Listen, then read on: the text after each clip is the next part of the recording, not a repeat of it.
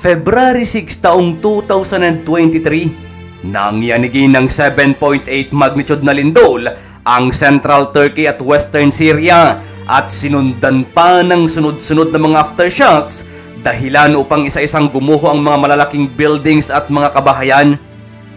Dahil dito ay maraming natrap sa mga debris kabilang na ang mga rescuers. Tinatayang nasa mahigit 50,000 mga katao ang binawian ng buhay. Daang libo ang sugatan at halos milyong katao ang nawala ng sariling tirahan. Dahil sa pangyayaring ito ay marami tuloy ang nangamba at napapatanong kung paano kaya kung ganito rin ang sapitin ng bansang Pilipinas kung sakaling maganap na ang matagal ng pinaghahandaang lindol na kung tawagin ay The Big One. Sa mga katanungang yan ay alam naman natin na ang Pilipinas ay matatagpuan sa Pacific Ring of Fire at ito ay isang lugar sa Pacific Ocean kung saan maraming mga aktibong bulkan at ang mga malalakas na lindol ay regular na nararanasan. Isa sa mga aktibong fault na ito ay ang West Valley Fault System. Ito ay isang 100 kilometers fault na bumabagta sa Bulacan, Rizal, Quezon City, Marikina, Pasig, Makati, Taguig, Muntinlupa, Cavite at Laguna. Ang kahabaan ng fault na ito ay matatagpuan sa Metro Manila na kung saan isa ito sa mga pinakamataong lungsod sa bansa.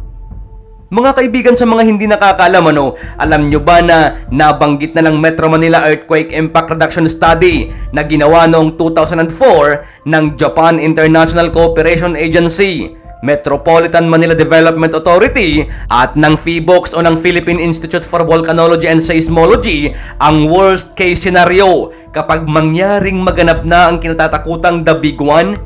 Ayon dito ay sinasabi na kung sakaling gumalaw man ang 100 kilometrong West Valley Fault o fault line na dumadaan sa Metro Manila at karatig lalawigan ay maaaring maranasan ang 7.2 magnitude na lindol na magiging dahilan ng pagkamatay ng aabot sa mahigit 50,000 na mga buhay.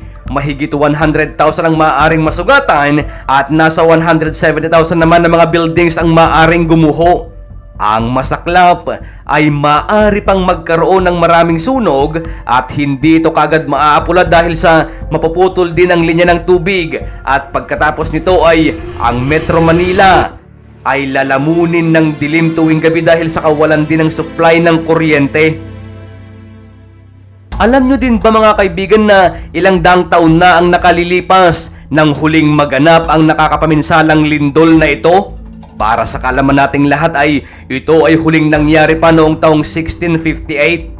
Alam nyo, sa totoo lang, hindi naman talaga kayang hulaan ng isang tao kagaya nila ang pagdating ng The Big One, pero maaring ma-estimate ng mga scientist ang pagitan ng bawat pagyanig.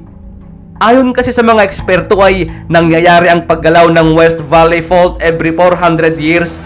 Ang bad news lang dito mga kaibigan ay 365 years na noong huli itong gumalaw o nagpakawala ng nakakapanindig balahibong pagyanig. Pero paano naman kung sa hindi inaasahang pangyayari ay magaganap na ito kinabukasan o sa susunod na araw, buwan o sa susunod na taon? Handa ka na ba para sa nakakatakot na kaganapang ito?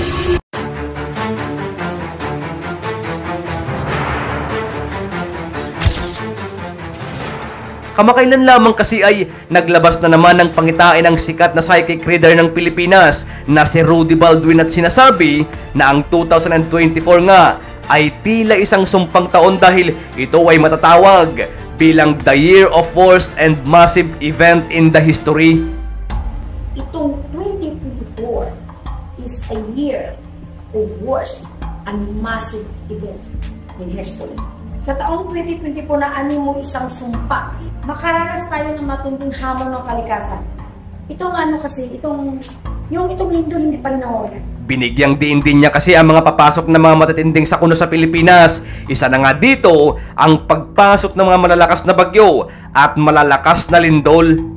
Well, to be honest ay marami naman na talaga ang balitang nagsasabi na sumasakto nga talaga ang mga prediksyon niya, pero tandaan natin na tao lang din lamang siya at tanging ang Diyos lamang ang nakakaalam sa mga mangyayari sa hinaharap.